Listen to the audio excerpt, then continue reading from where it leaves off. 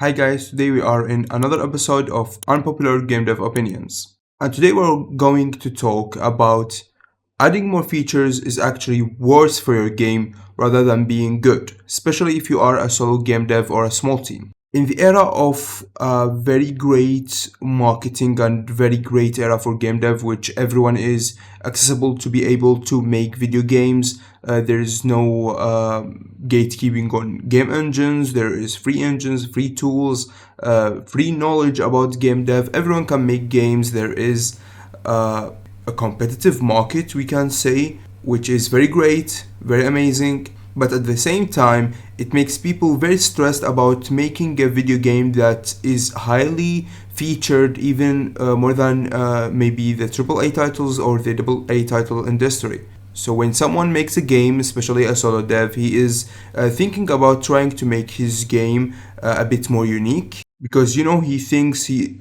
want to compete and be much more having a unique sell point for his customers by adding more features to the game. For example, maybe a gravity feature or a physics feature or something very special that is not there in their competitors, and adding tons much more features than the basic of the gameplay actually is a worse thing for your game rather than something that is very great, especially for solo devs and small teams, because the problem comes from pre-production planning and how much time you want to spend actually making that game and how far you want to go off from a narrative, especially if you're making a game that is based on visuals and narrative. The first thing is it actually achievable, especially for people that are limited in matter of coding? So the people that are making games that are highly in visuals or high in narrative, we might say, is adding too much gameplay features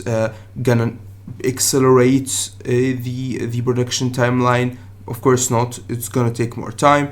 Does it really sell out your story or visuals? Probably not, because these are told by cutscenes and the world building and the dialogue. So these are really simple systems. So in matter of coding features, so of course not. So are you adding these features to make your gameplay more intense? That's a very great and smart idea. But does these actually apply and don't break the balance of your video game? Probably not. Probably they will break some balance. Even small updates in games like Clash Royale, for example, if you're familiar with it, or Guild Wars, or any other video game, even in storyline video games like Resident Evil, a very small update on a very small number could break a game. So adding a whole new big feature for a game, not actually, it will ruin the gameplay basically, and you're gonna spend like 2 or a month and a half trying to figure out the best new concept for your video game to go through.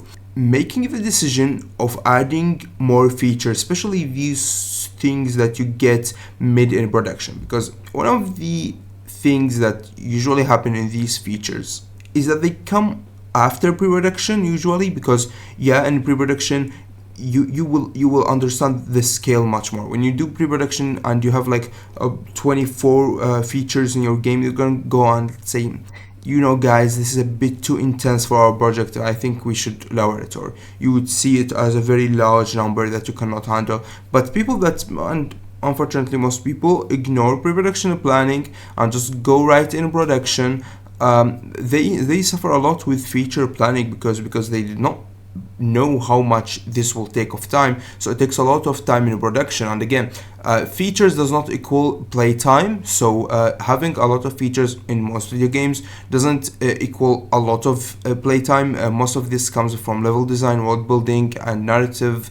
For special games, for some games there is like city builders and stuff, features actually matters in that matter, because it's the main core concept of the game. So the game would not progress. Like adding features, like just like adding more content for them. So multiplayer games too that rely much on updates, it's the same thing.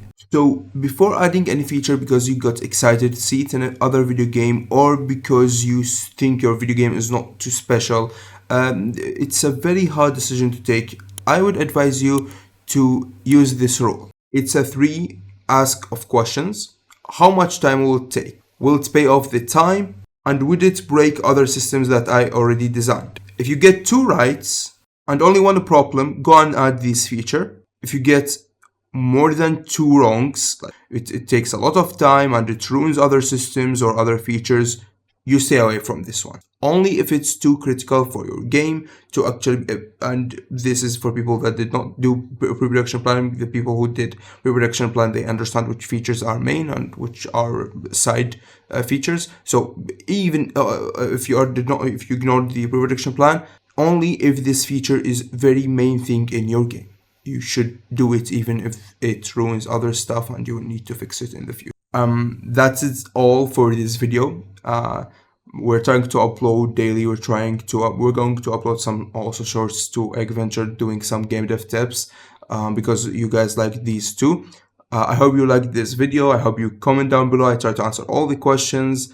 Thanks for watching. Don't forget to subscribe, like, and wishlist Eggventure. And see you in the next episode. Bye, guys.